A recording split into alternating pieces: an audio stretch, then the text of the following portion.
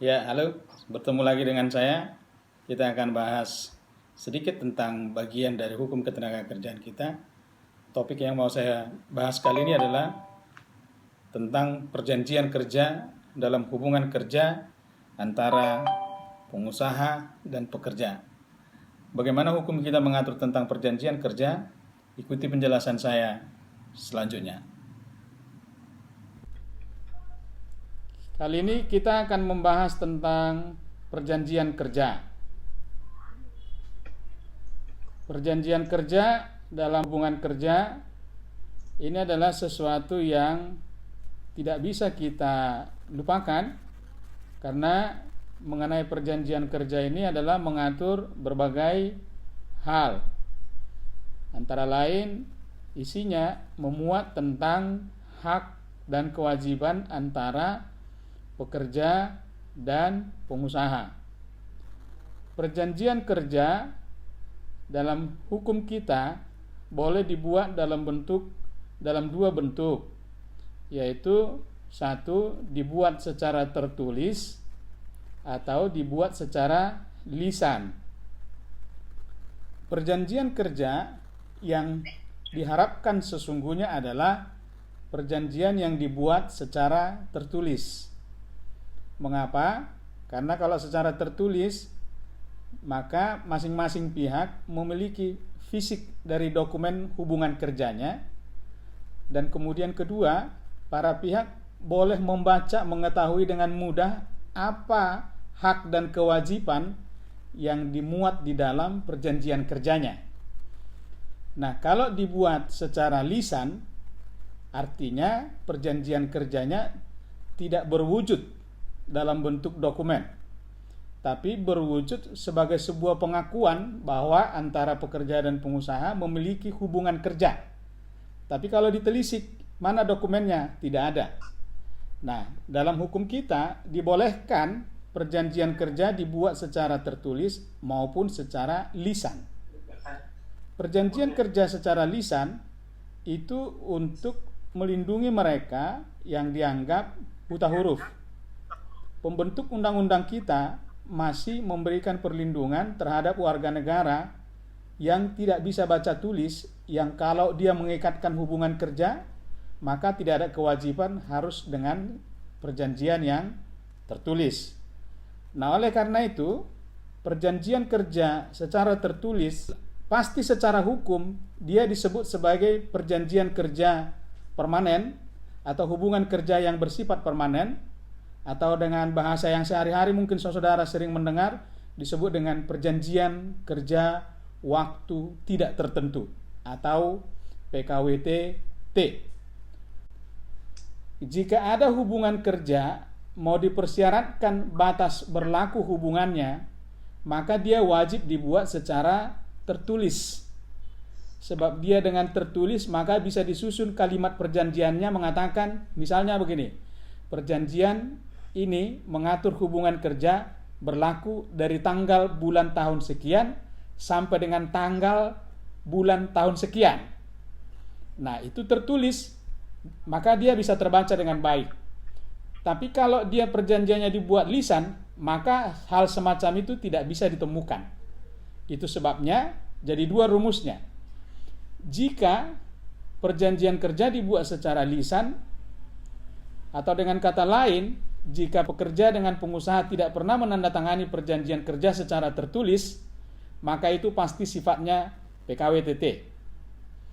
Jika pengusaha bermaksud mempekerjakan pekerja dengan batas waktu tertentu, maka dia berkewajiban membuat perjanjiannya secara tertulis. Sebab dengan fisik tertulis itulah bisa diketahui itu akan berlaku berapa lama dan akan berakhir tanggal bulan tahun berapa. Nah, saudara-saudara, terkait dengan perjanjian kerja, ini adalah satu relasi di mana pengusaha dan pekerja secara bebas menentukan hubungan kerja mereka, menentukan isi perjanjian mereka, maka berlaku syarat perjanjian kerja baik dia PKWT maupun PKWT-T. Sebelum kita bicarakan tentang syarat Hukumnya tadi ada dua bentuk perjanjian kerja. Satu PKWTT, yang kedua PKWT. PKWT itu adalah perjanjian bersifat kontrak kerja. Dia dibatasi dengan waktu. Jadi kalau disebut dengan PKWT itu sama dengan perjanjian kerja kontrak atau bersifat kontrak, dibatasi dengan waktu. Nah, yang kedua disebut dengan PKWT-T. Nah, keduanya ini ada aturan yang harus dituruti oleh kedua belah pihak. Perjanjian kerja itu disusun, syaratnya bisa dibaca di dalam pasal 52 Undang-Undang Nomor 13 Tahun 2003. Yang pertama dikatakan perjanjian kerja dibuat atas dasar kesepakatan kedua belah pihak. Jadi tidak akan ada perjanjian, tidak akan ada hubungan kerja kalau kedua belah pihak tidak bersepakat. Jadi motif pertama perjanjian kerja dibuat atas dasar kesepakatan. Yang kedua, ada kemampuan atau kecakapan melakukan perbuatan hukum. Kedua belah pihak itu memiliki kecakapan, tidak sedang gila seperti itu kira-kira, tidak di bawah umur. Jadi dia cakap untuk melakukan perbuatan hukum itu. Nah, yang ketiga adalah ada pekerjaan yang diperjanjikan. Namanya juga hubungan kerja, diterima untuk bekerja, maka sudah barang pasti ada pekerjaan yang diperjanjikan. Nah, yang berikutnya adalah pekerjaan yang diperjanjikan itu tidak boleh bertentangan dengan ketertiban umum, kesusilaan, dan peraturan perundang-undangan. Artinya bahwa apa yang diatur di dalam perjanjian itu, pekerjaan yang diperjanjikan itu tidak boleh melakukan perbuatan yang melanggar ketertiban umum. Misalnya ada perjanjian kerja dibuat tugasnya adalah untuk melempari halte-halte yang ada di sepanjang Jalan Sudirman misalnya. Maka kalau dibuat perjanjian seperti itu namanya perjanjian yang melanggar ketertiban umum. Atau tidak boleh melanggar kesusilaan. Misalnya diwajibkan orang bekerja, dia harus dengan menggunakan pakaian yang seronok, yang tidak pantas dilihat oleh umum. Itu tidak boleh. Atau memperjanjikan sesuatu yang bersifat asusila, itu tidak boleh prinsip perjanjiannya. Dan yang berikutnya adalah tidak boleh bertentangan dengan peraturan perundang-undangan. Apa yang dimaksud dengan tidak boleh bertentangan dengan peraturan perundang-undangan?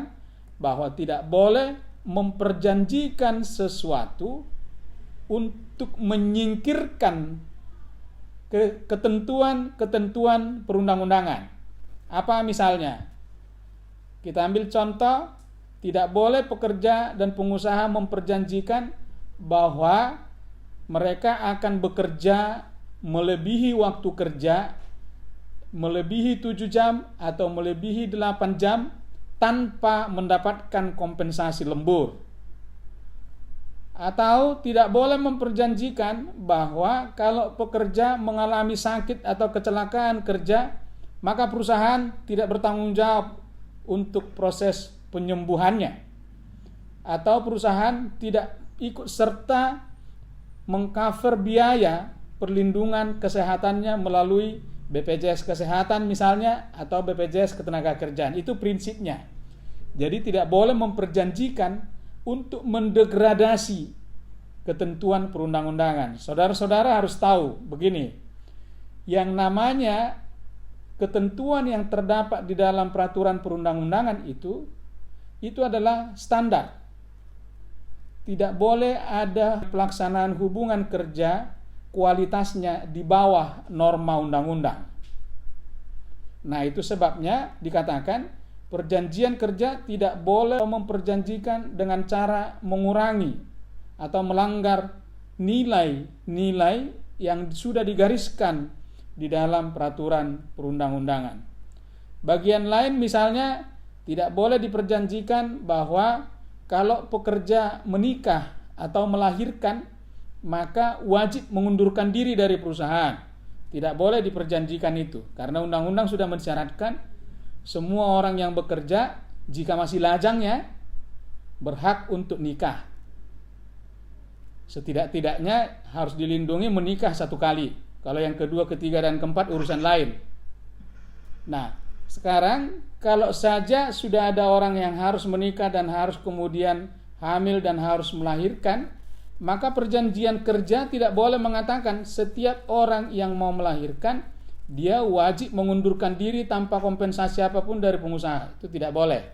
Itu yang dimaksud tadi butir yang terakhir, bahwa perjanjian kerja disyaratkan tidak boleh melanggar undang-undang. Pertanyaan, bagaimana kalau ternyata apa yang diamanatkan dalam undang-undang ini sekarang itu justru tidak dilaksanakan? Justru ada yang memperjanjikan, misalnya setiap orang yang menikah wajib mengundurkan diri, setiap orang yang melahirkan wajib mengundurkan diri. Katakanlah perjanjian kerjanya bunyinya demikian. Maka hal-hal semacam itu dianggap tidak sah. Mana yang sah? Yang sah adalah isi undang-undang. Jadi kalau ada ketentuan dalam perjanjian kerja seperti itu bunyinya, maka ketentuan perjanjian kerjanya batal. Lalu apakah pekerjanya tetap harus mundur, keluar dari perusahaan? Tidak.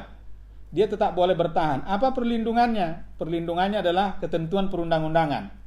Di pasal 153 Undang-Undang 13 mengatakan, orang karena menikah, orang karena hamil, orang karena melahirkan itu tidak boleh di PHK.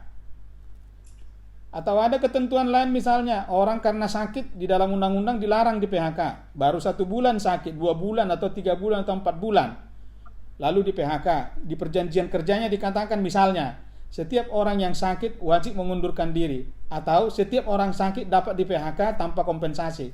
Maka isi perjanjiannya tidak sah.